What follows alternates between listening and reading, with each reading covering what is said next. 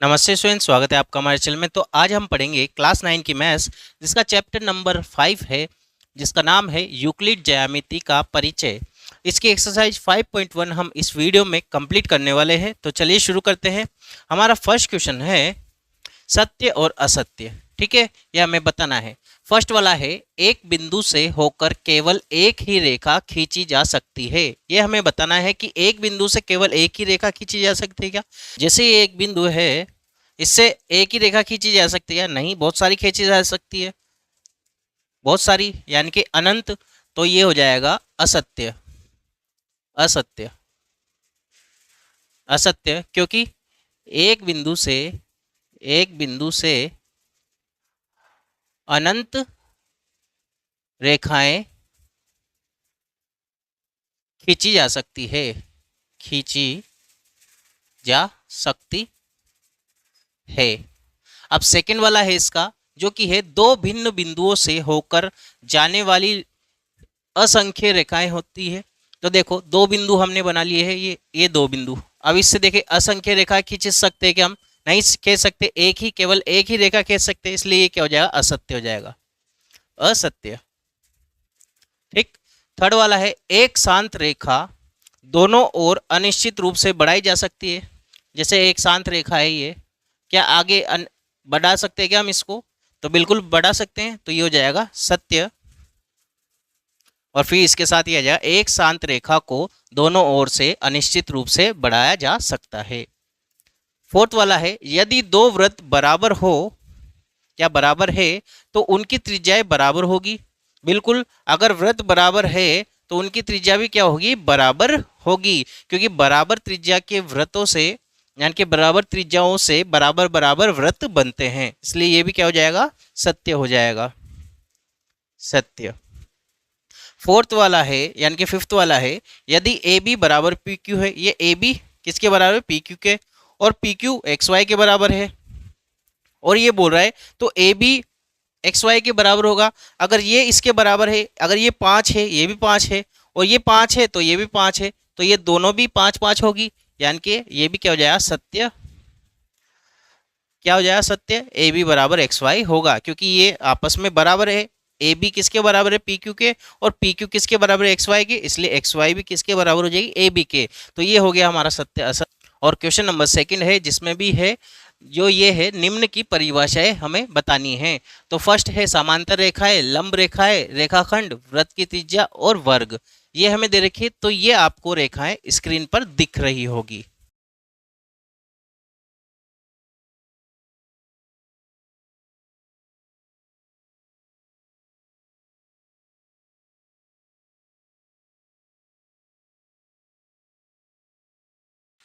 Question number third हम करेंगे, जो कि एग्जाम में नहीं आएगा, तो हम डायरेक्टली कर रहे हैं क्वेश्चन नंबर 4, जो कि है, यदि दो बिंदुओं ए और बी के बीच में एक बिंदु सी ऐसा स्थित है कि ए सी बराबर बी सी है, सिद्ध कीजिए कि ए सी बराबर 1/2 ए बी है। तो हम करेंगे सिद्ध। तो देखिए, यहाँ बिंदु सी ए और बी के बीच इस प्रकार है, इस प्रकार है कि, किस प्रकार है? AC किसके बराबर है? BC के बराबर है, यानी कि ये AC BC के बराबर है। ठीक। और हमें सिद्ध क्या करना है? सिद्ध करना है, क्या सिद्ध करना है? कि AC बराबर 1/2 AB है। अब हमें ये दे रखा है कि AC बराबर BC है। यहाँ AC बराबर क्या है? BC है। ठीक।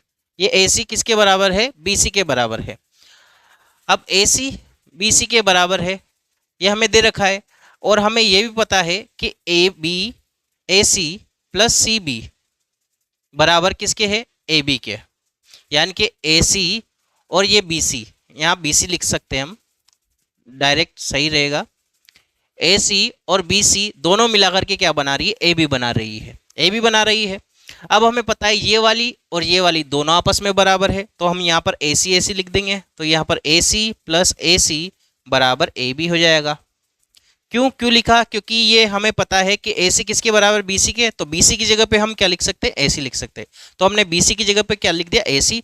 तो ए सी लिख दिया। ए सी प्लस ए सी क्या हो जाएगा, दो ए सी। तो दो ए सी बराबर ए बी हो जाएगा। ठीक, तो ए सी बराबर क्या हो जाएगा, ए बी। और ये कहाँ पर है, गुणा में है, तो कहाँ जाएगा, भाग में, 1/2 ए बी। और यही हमसे पूछा था कि ए सी बराबर 1/2 ए बी हमें बताना है, तो वही बता दिया हमने। ए सी बराबर 1/2 ए बी सिद्ध करना है, वो सिद्ध कर दिया है। क्वेश्चन नंबर 5 करेंगे हम, जो कि दे रखा है प्रश्न 4 में बिंदु सी रेखाखंड ए बी का मध्य बिंदु कहलाता है। ठीक है, सिद्ध कीजिए कि रेखाखंड का एक और केवल एक ही मध्य बिंदु होता है, यह हमें सिद्ध करना है। लेकिन यहाँ पर तो हमें दो मध्य बिंदु दे रखे हैं, यानी कि हमने ले लिया है। तो यहाँ पर लिखेंगे हम, माना डी ए बी का मध्य बिंदु है, मध्य बिंदु है, हमने ये माना है। तो अतः क्या हो जाएगा, अतः ए डी बराबर डी बी हो जाएगा। ये हम समीकरण नंबर 1 ले लेंगे। किंतु दिया है, क्या दिया है, सी ए बी का मध्य बिंदु है, मध्य बिंदु है। अब जब सी मध्य बिंदु है तो यहां पर हो जाएगा ए सी बराबर बी सी। ये समीकरण नंबर 2 हमारे पास आ जाएगी। ये ए सी किसके बराबर हो जाएगी, बी सी के बराबर। अगर डी मध्य बिंदु है तो ए डी किसके बराबर होगा, बी डी के बराबर। और अगर सी मध्य बिंदु है तो ए सी बराबर क्या हो जाएगा, बी सी हो जाएगा। ठीक है, अब क्या करेंगे हम, समीकरण 2 में से माइनस कर लेंगे समीकरण 1 को। तो करेंगे माइनस, तो देखो सेकेंड में से फर्स्ट को माइनस करना है, यानी कि ए सी माइनस ए डी। ये ए सी में से ए डी को माइनस करेंगे, क्योंकि दूसरी वाली समीकरण में से पहली वाली को माइनस करेंगे। इस तरह से बी सी में से डी बी को माइनस करेंगे, तो यहाँ पर B C minus D B. ठीक है, यानी कि इस साइड वाले को इस साइड वाले से ही माइनस करेंगे और इस साइड वाले को इस साइड वाले से ही माइनस करेंगे। और ये भी ध्यान रखना, दो में से करना है एक को। ठीक है, तो पहले समीकरण 2 वाली लेंगे, फिर उसमें से माइनस करेंगे एक वाली को।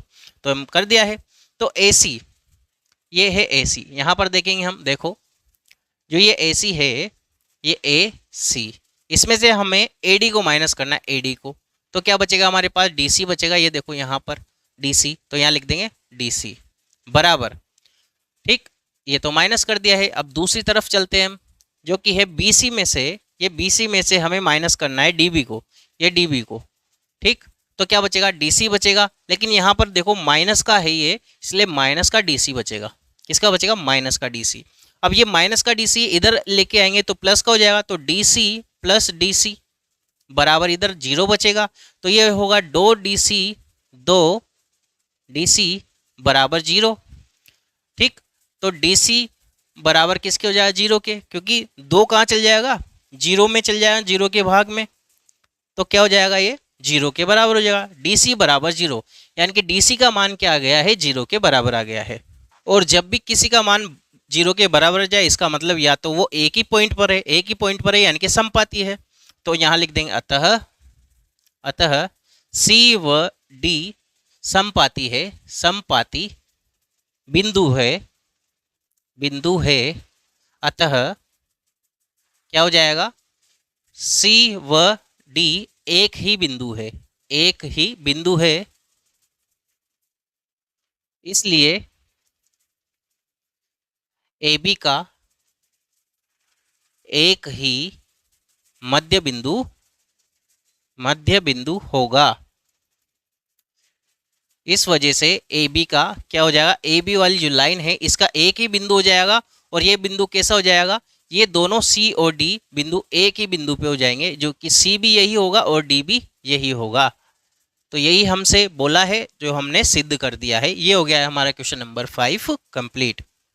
क्वेश्चन नंबर 6 करेंगे हम, जो कि है आकृति में यदि ए सी बराबर बी डी है तो सिद्ध कीजिए कि ए सी बराबर सी डी है। तो हमें देखो यहाँ पर ए सी बी डी के बराबर है, तो यहाँ लिखेंगे हम, दिया है ए सी बराबर बी डी है, ये हम समीकरण नंबर 1 हम मान लेंगे। ठीक है, ये हमने मान लिया है। तो देखिए यहाँ पर ए सी का मान हम निकाल रहे हैं, ए सी बराबर, देखो ए सी कहाँ तक है, यहाँ से यहाँ तक है। तो देखो ये किस किस से मिलकर के बन रहा है, A B plus B C, तो यहाँ लिख देंगे A B plus B C के बराबर है ये समीकरण नंबर 2 यहाँ लिख देंगे, क्योंकि बी ए व सी के मध्य बिंदु है, मध्य बिंदु नहीं, मध्य में बिंदु है, मध्य में बिंदु है। ठीक, इसी तरह से हम बी डी का मान निकालेंगे, बी डी। तो बी डी के लिए देखो यहाँ से यहाँ तक क्या है, ये बी डी है। तो बी डी देखो किस किस से मिलकर के बन रहा है, B C plus C D के, तो यहाँ लिख देंगे B C plus C D.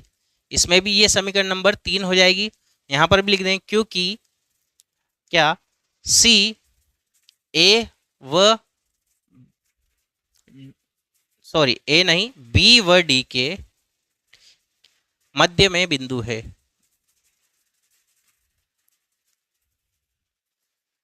मध्य में नहीं आएगा यहाँ पर, यहाँ लिख देंगे हम सी बिंदु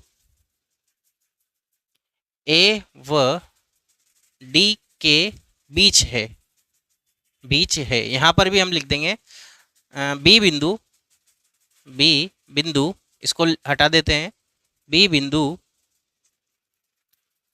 ए व सी के बीच है, क्योंकि मध्य लिख देते हैं तो फिर क्या होता है, वो मध्य बिंदु कहलाता है, इसलिए हम मध्य बिंदु नहीं लिख सकते डायरेक्ट। ठीक है, अब क्या करेंगे, समीकरण 2 व 3 से हमें पता है कि 1 से तो क्या है, ए सी किसके बराबर है, बी डी के बराबर है, तो ए सी का एक तरफ लिखेंगे, ए सी का मान क्या है, जो कि है A B plus B C, बराबर बी डी है, उसका मान एक तरफ लिखेंगे, बी डी का मान कितना है, B C plus C D के बराबर।